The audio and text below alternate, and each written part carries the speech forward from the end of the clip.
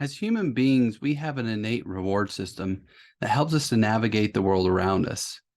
To put it succinctly, this system helps us to avoid pain and to seek after pleasure.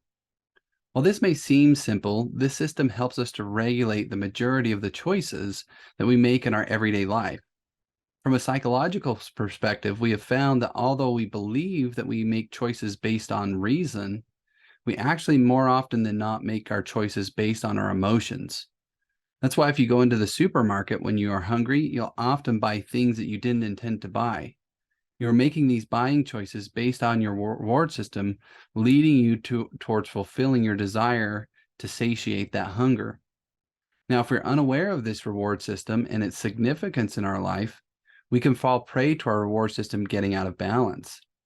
So let's explore this reward system in more detail so that we can be equipped to use our reward system in our benefit instead of our reward system making the choices for us.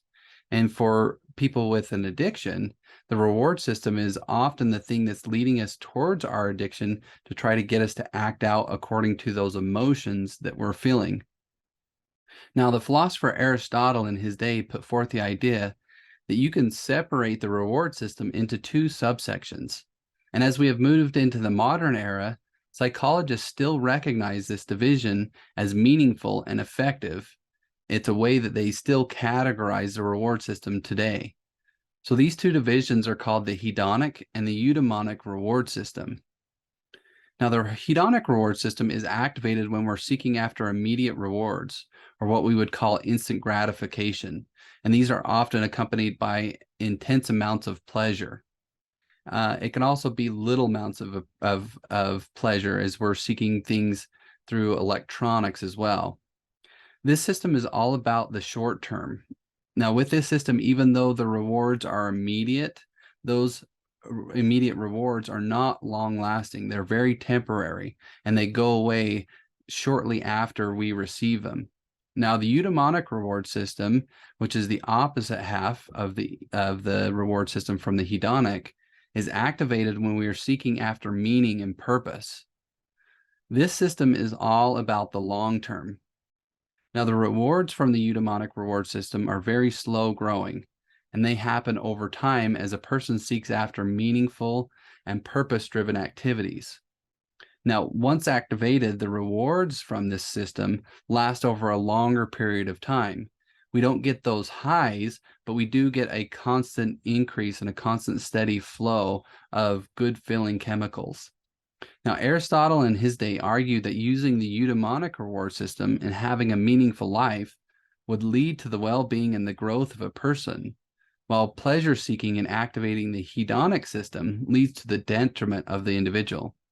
And now contemporary studies by psychologists seem to point to this same idea that Aristotle was claiming. So if we want to have a more fulfilled life and we want to engage in activities that fulfill us, this will activate that eudaimonic reward system. And we want to limit the activities that are going to activate our hedonic reward system. Now, another important aspect to understand about the reward system is that this system operates on the chemical dopamine. When we activate the hedonic side, there's usually a large amount of dopamine that is released. When we activate the eudaimonic side, there are usually small amounts that are released over time. If you think about which side your pornography addiction is on, you'll probably agree that we are activating the hedonic reward system when we engage in that addiction. But when we view pornography and have an orgasm, we are flooded with good-feeling chemicals, primarily which is dopamine. Now, the problem with this is that if you continually engage in viewing pornography and you flood your body with dopamine as you have an orgasm, and you do this over and over again, your body will begin to build a tolerance to it. Then you need more and more dopamine each time to feel that same high that you felt before. And as your body is building this tolerance to dopamine, it is also building a chemical dependence on that dopamine as well. You're becoming addicted to it. So to illustrate this idea of your body building this tolerance and you becoming addicted to that dopamine, I want to do something to illustrate what that looks like. Now, I want you to envision that there is a line running across the middle of this screen. This line we will call our dopamine survival line. Now, our bodies need dopamine as part of our survival. Dopamine isn't a bad thing. And we have a set amount that our bodies need for us to feel happy, for us to feel fulfilled, and for us to not sink into a depressive mood. And if this survival line isn't met by the dopamine that we need, we often sink into deep depressions.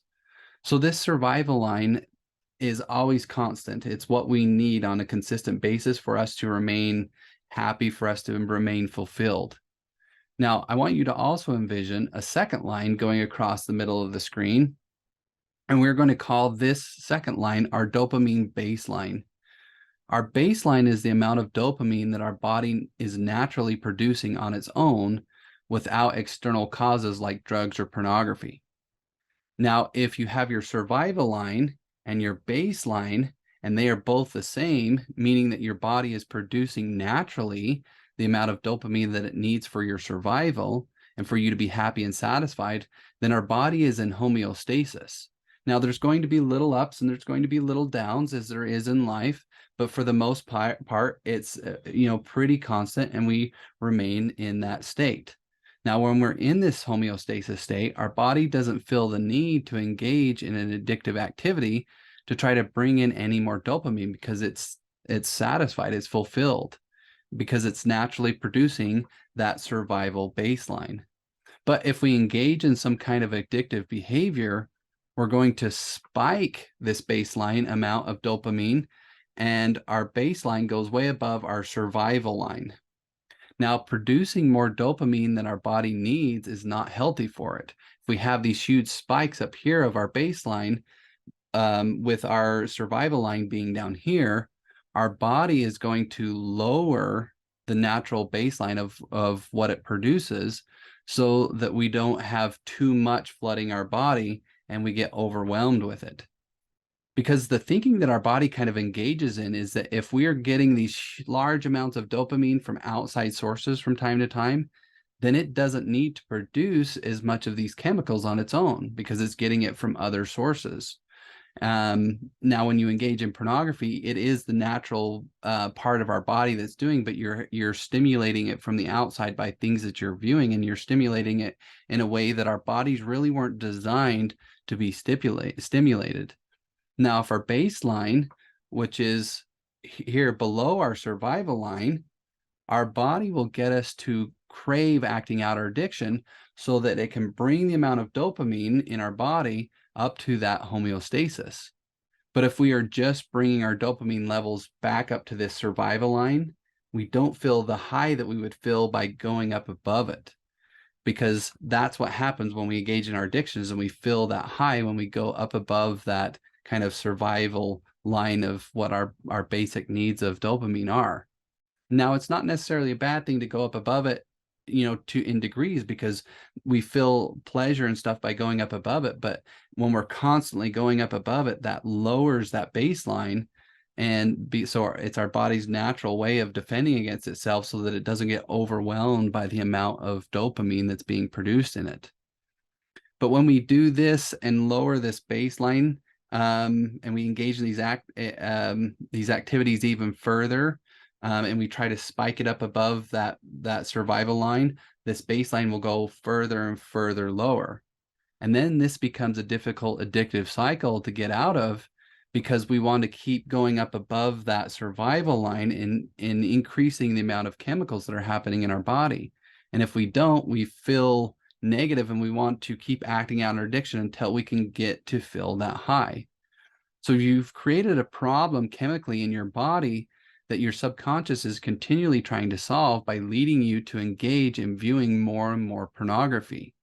Your body is out of balance, and it feels it needs more chemicals than it naturally does, because you've built this chemical dependence and addiction on these chemicals.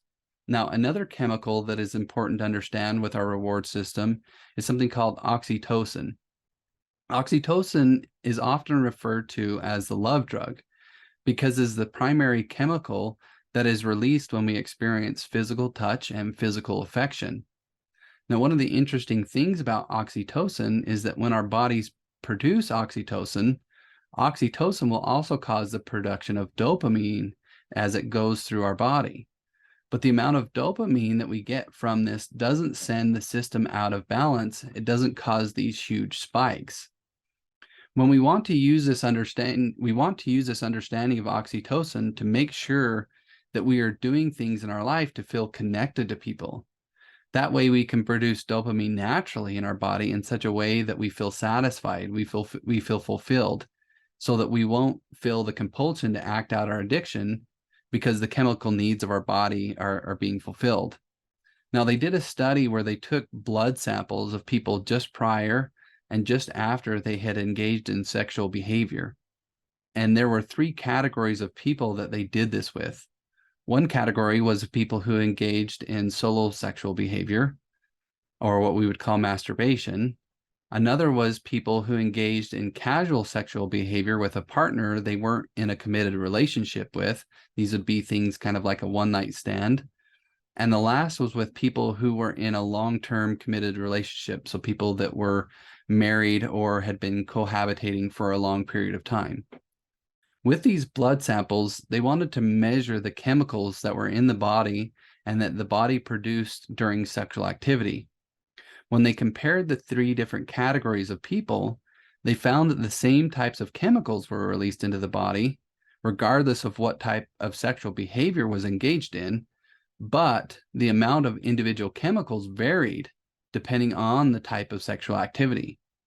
Now, there were many chemicals that were found increased during sexual activity and that we release when we have orgasm, but the primary three that they studied were dopamine, serotonin, and oxytocin, because those are the three most prevalent chemicals released during orgasm.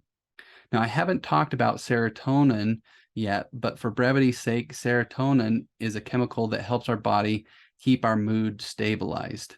When people take antidepressants, it's often to help their serotonin come up because it's a mood stabilizer. But back to these results. When a person engages in solo sexual behavior, the primary chemical that they studied that was released was dopamine. The next that was released, the next most amount was serotonin, and lastly was oxytocin. Now, when a person engaged in sexual activity with a partner they weren't in a committed relationship with, they found a similar chemical makeup to people who engaged in solo sexual behavior as well, which was the dopamine was the highest, followed by serotonin, and then finally oxytocin. Now, for people who were in a committed long-term relationship and engaged in sexual activity, the chemical makeup was very much different. The primary chemical that was released was oxytocin, followed by serotonin, and lastly, dopamine. Now, this study seems to suggest that although sexual behavior in and of itself is very pleasurable because of the release of dopamine and the other chemicals involved, sexual behavior in a long-term committed relationship supports a healthier chemical composition in the body following sexual activity. Now, I don't want to go into all of the things that may go behind that and all of people's beliefs and different kinds of things like that. Take this for yourself, see what it means for you. But this is the scientific evidence here saying that it's healthier to engage in sexual activity in a long-term committed relationship. But let's shift gears here now and talk about how you can use your eudaimonic reward system to meet the chemical needs of your body in a healthier way. Now, one of the ways that we give our life purpose and meaning is by setting goals for ourselves and achieving them. When we set a goal and we make progress towards that goal, we activate the eudaimonic reward system little by little. With each step towards that goal, our body releases a small amount of dopamine to make us feel good and to help us keep moving towards that goal. Now, another way we give meaning and purpose to our life and activate the eudaimonic reward system is to engage in meaningful service. When we give service to those around us and to help people that are in need, we are activating the eudaimonic reward center. When we give service, we feel connected to those around us. We feel a sense of accomplishment. When we give service, our body is releasing oxytocin and dopamine, but in good ways that don't cause our bodies to get out of balance. A third way that we can activate this system in a positive way, this eudaimonic reward system, is to do something on a regular basis that helps us to connect to others. Now, I just mentioned that one of those ways is service, but it is helpful, especially if you are single. If you're a single person, you don't have a spouse or someone that you're in a long-term committed relationship with. If there's someone that you can get forms of physical touch from, some kind of friend or family member, these types of physical touch would be things like hugs and other forms of physical affection. When we feel connected to people and we have sources where we can get this physical touch, it helps us in the production of the oxytocin in our body. And this oxytocin will cause the release of dopamine that will help to satisfy a lot of the needs that our body feels or that our body has. Remember, because we have that general survival line of what we need for our bodies to be healthy. Now, the last way that I suggest to people to activate this eudaimonic reward system is that they have some creative outlet. The ways that we can be creative are really too many for me to go into and mention here, but these would be things like painting artwork, drawing a picture, playing a musical instrument, woodworking, and dancing. And those are just a few, and there could be many things. As long as it's something that helps you feel creative when you engage in that, then that would be the kind of thing that I'm mentioning here. And find something that you enjoy doing and that is creative like that. And now this doesn't have to be something that you're doing as a performance or something that you even have to show other people. It can be something that you can keep private. But engaging in these creative endeavors helps us feel a sense of fulfillment, helps us feel satisfaction because we're creating something. We're very creative beings.